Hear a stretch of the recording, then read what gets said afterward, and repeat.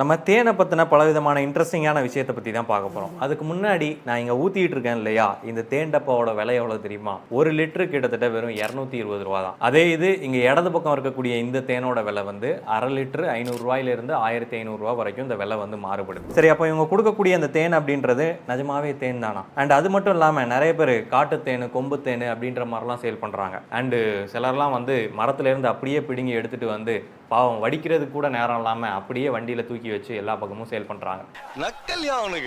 So அப்போ மக்கள் தான் இதில் அதிகமாக கன்ஃபியூஸ் ஆகுறாங்க. சரி, நம்ம நல்ல பிராண்டை செலக்ட் பண்ணி எல்லா சர்டிஃபிகேஷனும் இருக்கக்கூடிய ஒரு தேனை வாங்குவோம் அப்படின்னு சொல்லி வாங்கினாலும் அதுலேயும் நிறைய கேட்டகரி வச்சுருக்காங்க. ஒன்று ஆர்கானிக்கு, இன்னொன்று ஹார்வெஸ்ட் பண்ணது.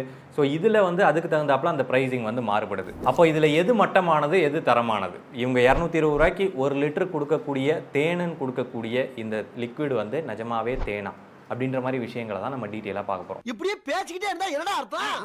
எது பெருசுன்னு அடிச்சு காட்டு. தேனை பற்றி நான் விளக்கம் கொடுத்து உங்களுக்கு தெரியணும் அப்படின்றது அவசியம் கிடையாது. முன்னாடி இருந்தே மருத்துவ குணங்களுக்காக இந்த தேனை வந்து பயன்படுத்திட்டு வந்திருக்கோம். இது என்னதான் பெரும்பாலும் சுகர் கண்டென்ட்டை வச்சிருந்தாலும் கூட அதில் இருக்கக்கூடிய enzymes, minerals, vitamins, anti accidents, இது மாதிரி நிறைய ப்ராப்பர்ட்டிஸ் வந்து நம்மளோட மனித உடலுக்கு நிறைய பெனிஃபிட்ஸை கொடுக்கக்கூடியது. இது எப்படி கிடைக்குது? சிம்பிள் தான். தேன் கூட்டிலேருந்து கிடைக்கிது. தேன் கூட்டில் தேனீக்கள் வந்து அந்த தேனை உருவாக்குது. தேனீக்கள் பூக்கள்ல இருந்து நெக்டரை எடுத்துகிட்டு வந்து அதை திரும்ப தேனாக மாற்றுறது தான் நம்ம அறுவடை பண்ணி அதை நம்ம தேனாக எடுத்து பயன்படுத்துகிறோம். அப்போ இந்த தேனை உருவாக்குறதுக்கு தேனீக்கள் வேணும். இந்த தேனீக்களுக்கு பூ வேணும். பூ இருந்தால் மட்டும்தான் அது தேனை உருவாக்க முடியும். நம்ம தேன் அப்படின்னு சொல்லி கடையில் போய் ஒரு தேன் பாட்டிலை வந்து வாங்கிட்டு வருவோம். கண்டிப்பாக அது ஏதோ ஒரு பாப்புலர் பிராண்ட் நேம் போட்டிருக்கும். அது வந்து பார்க்குறதுக்கு இந்த மாதிரி பலான்னு இருக்கும். ஸோ அந்த தேனை தான் நம்ம வாங்கிட்டு வந்து வீட்டில் ஜென்ரலாக பயன்படுத்திகிட்டு இருப்போம். இந்த மாதிரி வாங்கக்கூடிய தேன் எல்லாமே பெரும்பாலும் வந்து ஹார்வெஸ்ட் பண்ணியிருப்பாங்க.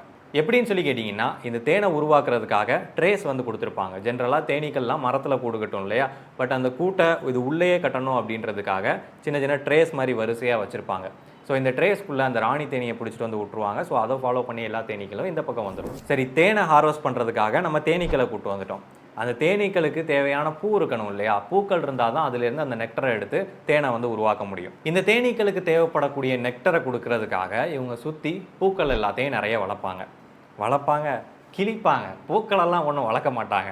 அந்த ட்ரேல ஃபுல்லாத்தையும் வெள்ளைச்சீனியை கொண்டு வந்து கொட்டுவாங்க. நான் செவனேந்தானா போய்க்கிருந்தேன். தேனீக்களுக்கு பூக்கள்ல இருக்கக்கூடிய நெக்டர் தான் உணவு. அது கிடைக்கல அப்படின்னா அந்த தேனீக்கள் செத்து போயிடும். அப்போ இந்த தேனீக்களை கொல்லாம அதுக்கு உணவளிக்கணும் அப்படின்னா அதுக்கு ஒரே வழி இந்த வெள்ளை சர்க்கரை தான். இதை கொட்டும் போது அது அதை உணவா எடுத்துக்கிட்டு நமக்கு தேனை வந்து உற்பத்தி பண்ணி கொடுக்குது. நம்ம ஜென்ரலா பொருட்கள் வாங்கும்போது நம்மளை தான் இந்த கம்பெனிகள்லாம் ஏமாத்துவாங்க. ஏன்னா மனுஷன் வந்து ரொம்ப ஈஸியான ஏமாளி இல்லையா. ஆனா இவங்க என்ன பண்றாங்க, தேனீக்களே ஏமாத்துறாங்க.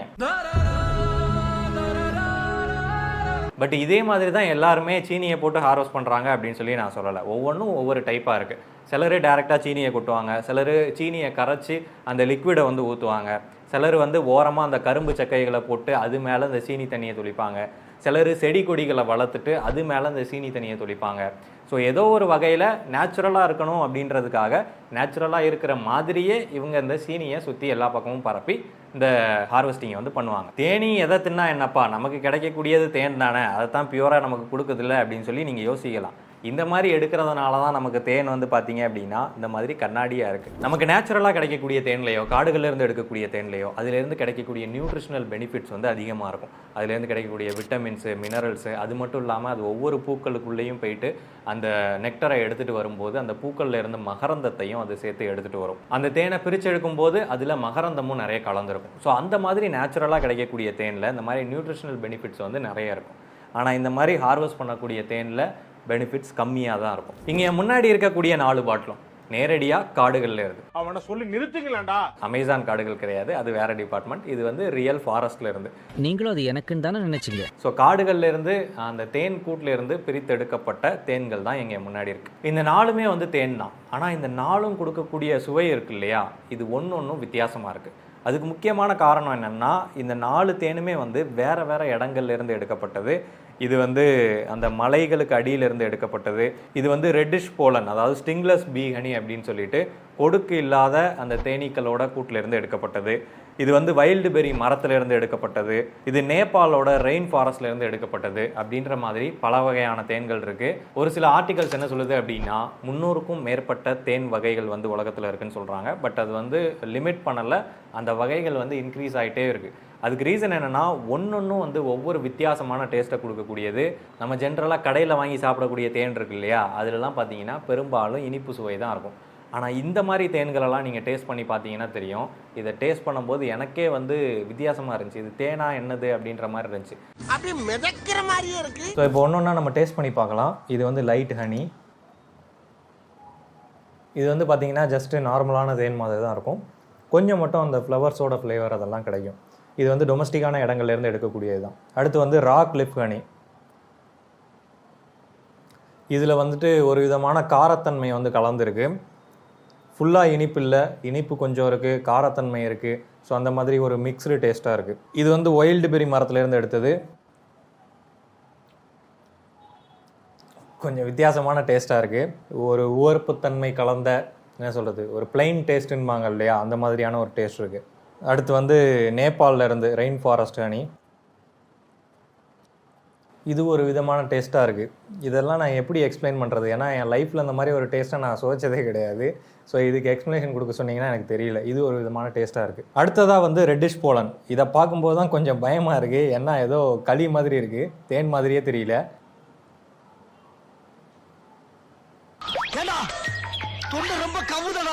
ஒரு உண்மையை சொல்லிடுறேன், இது நிறைய பேர்த்துக்கு பிடிக்காது.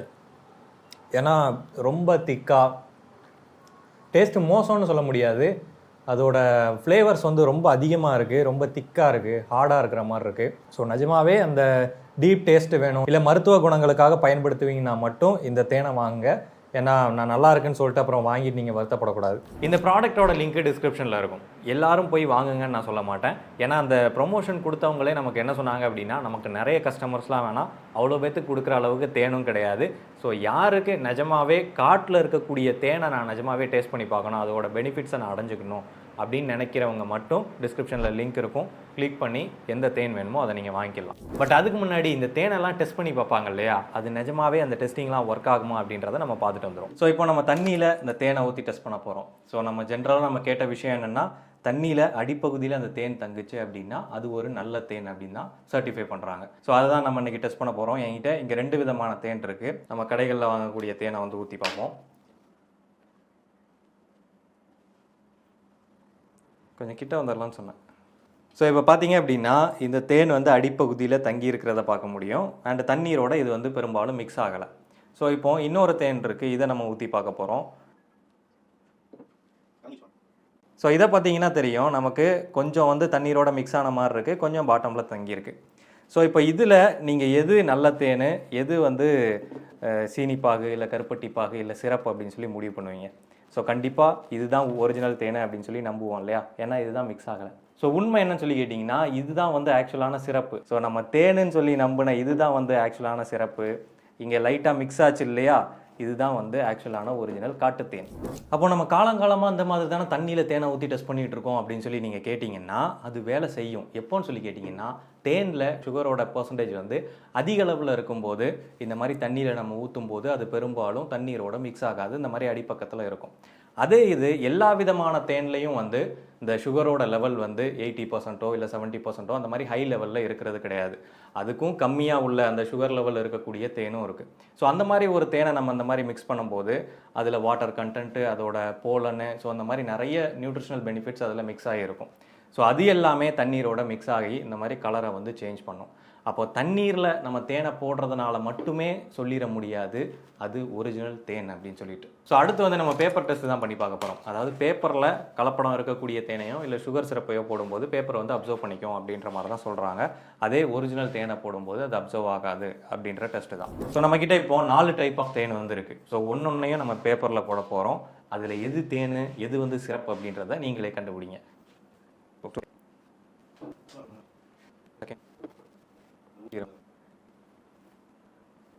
ஸோ இப்போ பார்த்தீங்க அப்படின்னா நம்ம 4 டைப் ஆஃப் தேனை வந்து இங்கே போட்டு வச்சுருக்கிறோம்.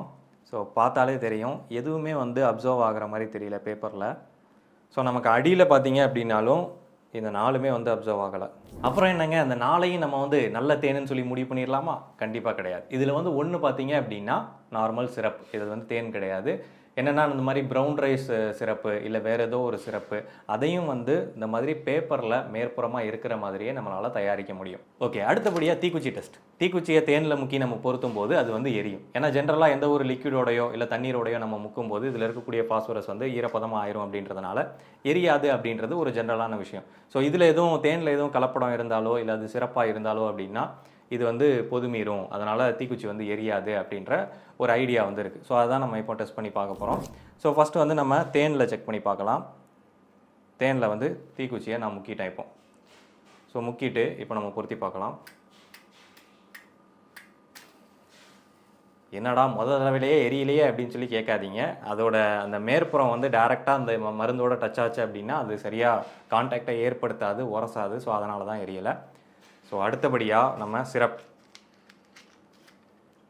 ஸோ இப்போ வந்து இந்த சிரப்பில் முக்கலாம்.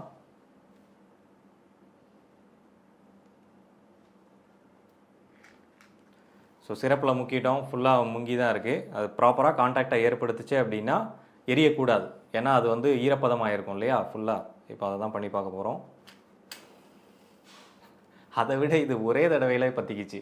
ஓகே, இப்போ அடுத்த டெஸ்ட் என்னன்னு சொல்லி கேட்டிங்கன்னா, அந்த மாதிரி பிளேட்டில் தண்ணி ஊற்றிட்டு அதில் நம்ம தேனை ஊற்றிட்டு ஸோ அதை நம்ம இப்படி ஷேக் பண்ணும்போது ஸோ அதில் வந்து இந்த மாதிரி ஒரு பேட்டர்ன் வந்து க்ரியேட் ஆகும். இது வந்து நம்ம தேனை ஊற்றினோம், கரெக்டாக ஃபார்ம் ஆகிருக்கு. ஓகே, இது ஒரிஜினல் தேன் தான். ஸோ இப்போ வந்து நம்ம தேனுக்கு பதிலாக சிரப்பை வந்து ஊற்றி பார்க்கலாம்.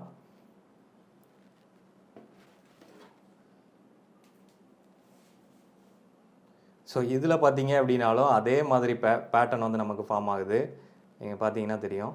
ஸோ அப்போ இது தேனா அப்படின்னு சொல்லி கேட்டிங்கன்னா கிடையாது, இது ஒரு சிரப். அடுத்தபடியாக எறும்பு வந்து தேனை சாப்பிடாது அப்படின்னு சொல்லி சொல்லுவாங்க. நம்ம வந்து 5 விதமான தேனையும் வந்து எறும்புக்காக வச்சோம். அது வந்து ப்ரிஃபர் பண்ணுச்சு. ஃபஸ்ட்டு வந்து எல்லாத்தையும் வந்து டேஸ்ட் பண்ணுச்சு. அதில் வந்து எது பெட்டராக இருக்குது அப்படின்றத பார்த்துட்டு அந்த தேனை ஃபுல்லாத்தையும் ஆக்குப்பை பண்ணி காலி பண்ணிருச்சு. அது எந்த தேனை வந்து சாப்பிடலை அப்படின்னு சொல்லி கேட்டிங்கன்னா, இந்த ரெட்டிஷ் போலன் அப்படின்னு சொல்லக்கூடிய இந்த தேனை தான் அது அதிகமாக சாப்பிடல. அதுக்கு ரீசன் வந்து இதில் மகரந்தத்தோட அடர்த்தி வந்து அதிகமாக இருக்குது. அதே மாதிரி இதில் அந்த சுக்ரோஸோட அளவும் வந்து கம்மியாக இருக்குது. நம்ம பண்ண பெரும்பாலான டெஸ்ட்டு கம்ப்ளீட்டாக வேலை செய்யாதுன்னு சொல்லி சொல்ல முடியாது. முன்னாடி இந்த கருப்பட்டி பாகை கலப்பாங்க, இல்லை சீனி பாகை கலப்பாங்க இல்லையா தேனோட, இல்லை வெறும் சீனி பாகை கருப்பட்டி பாகையே தேனுன்னு சொல்லி விற்பாங்க இல்லையா, அந்த மாதிரி நேரங்களில் வேணால் இந்த மாதிரி டெஸ்ட்டு வேலை செய்யும். பட் இப்போ எல்லாமே அட்வான்ஸ் ஆகிட்டாங்க. இந்த மாதிரி சிரப் வந்துருச்சு. அதாவது ப்ரௌன் ரைஸ் சிரப்பாக இருக்கட்டும், இல்லை வேறு ஏதோ ஒரு சிரப்பாக இருக்கட்டும், அதெல்லாம் வந்து நல்ல திக்கான கன்சிஸ்டன்சியில் வாட்டரோட அளவு கம்மியாக வச்சு இவங்க வந்து கொண்டு வர ஆரம்பிச்சிட்டாங்க. பட் இன்றைக்கி சுச்சுவேஷனில் கலப்படம் செய்யப்பட்ட தேனை கண்டுபிடிக்கிறது அப்படின்றது ரொம்ப கஷ்டம். பட் இருந்தாலும் நம்மளால் கண்டுபிடிக்க முடியும். எப்படின்னு சொல்லி கேட்டிங்கன்னா, நீங்கள் எந்த தேன் கூட்டிலேருந்து தேனை எடுத்தீங்க அப்படின்னாலும், அதாவது நேரடியாக அந்த கூடுகள்லேருந்து நம்ம தேனை எடுக்கும்போது அதில் மகரந்தம் வந்து கலந்துருக்கும். இந்த பூக்களில் இருக்கக்கூடிய மகரந்தம் கலந்துருக்கும். இல்லை அதை எடுத்து ரொம்ப ஃபைனான ரிஃபைன்மெண்ட்டுக்கு போனால் மட்டும்தான் அந்த மகரந்தத்தை தனியாக பிரித்து எடுக்க முடியும். அப்படி பண்ணாங்க அப்படின்னா அதில் எந்த விதமான பெரிய பெனிஃபிட்ஸும் இருக்காது. ஸோ ஒரிஜினலாக தேன் கூட்டிலேருந்து எடுக்கக்கூடிய தேன்களில் வந்து மகரந்தம் கலந்துருக்கும். அது எந்த அளவு அப்படின்றது ஒவ்வொரு வகையான தேனை பொறுத்து மாறும். ஸோ இந்த திக்னஸை பார்த்தீங்கனாலே தெரியும். ஸோ இதை டெஸ்ட் பண்ணுறதுக்கு சிம்பிளான வழி என்னன்னு சொல்லி கேட்டிங்கன்னா, அந்த தேன் பாட்டிலில் ஒரு ஸ்பூனை போட்டு பார்க்கணும். நம்மக்கிட்ட இப்போ 5 வகையான தேன் இருக்குது. இப்போது இதில் ஒன்றுலையா நம்ம ஸ்பூனை வந்து போட்டு பார்க்க போகிறோம். ஸோ ஃபஸ்ட்டு கமர்ஷியலாக விற்கக்கூடிய தேன், அதில் நம்ம ஸ்பூனை போட்டு பார்க்கலாம். ஸோ அதில் ஸ்பூனை போட்டோன்னு பார்த்தீங்கன்னா தெரியும், அப்படியே ஸ்பூன் வந்து தெளிவாக தெரியுது நமக்கு. அடுத்ததாக காடுகள்லேருந்து நேரடியாக எடுத்த தேனில் வந்து நம்ம ஸ்பூனை போட்டு பார்க்கலாம். இப்போ ஸ்பூனு நமக்கு தெரியலை, பார்க்க முடியும். இதில் ஸ்பூன் தெரியாததுக்கான காரணம் என்னன்னு சொல்லி கேட்டிங்கன்னா, அதில் இருக்கக்கூடிய அந்த மகரந்தத்தோட அடர்த்தி. ஸோ அதில் அடர்த்தியான மகரந்தம் இருக்குது அப்படின்னா அதில் பலவிதமான நியூட்ரிஷனல் வேல்யூ கலந்துருக்கும். ஸோ அதுதான் ஒரிஜினலாக எடுக்கப்பட்ட தேனுன்னு சொல்லலாம். அண்ட் இதுவும் வந்துட்டு 100% ஸ்பூன் மறையும் அப்படின்னு சொல்ல முடியாது. ஏன்னா ஒவ்வொரு தேன் டைப்பை பொறுத்தும் அதோட மகரந்தத்தோட அளவீடு மாறுபடும். ஸோ அப்படின்றப்போ அந்த ஸ்பூன் வந்து லைட்டாக தெரியறதுக்கும் வாய்ப்பு இருக்குது. அடுத்தபடியாக ஃபில்டர் மெத்தட். நம்ம கமர்ஷியலாக எடுத்த தேனையும் டேரெக்டாக காடுகளிலிருந்து எடுத்ததையும் நம்ம வடிகட்டி பார்க்கும்போது, ஸோ கமர்ஷியலாக எடுத்ததில் எந்த விதமான மகரந்தமும் அதில் ஃபில்டரில் வந்து தங்கலை. அதே ரா ஹனியில் நமக்கு மகரந்தம் வந்து ஃபில்டரில் தங்கி இருந்துச்சு. உடனே நீங்கள் சொல்லலாம், மகரந்த துகள்கள் மாதிரி ஒரு பவுடரை வாங்கி நம்ம கொட்டிட்டு அதில் திக்காக இருக்குது அப்படின்னு சொல்லி தேனை விற்க முடியாதா அப்படின்னு சொல்லி கேட்டிங்கன்னா கண்டிப்பாக பண்ண முடியும். அப்போ இதுக்கு என்ன தான் தீர்வு அப்படின்னு சொல்லி கேட்டிங்கன்னா, உங்களுக்கு ஒரு ட்ரஸ்டபுளான சோர்ஸ் வேணும். அவங்க நிஜமாவே காடுகள்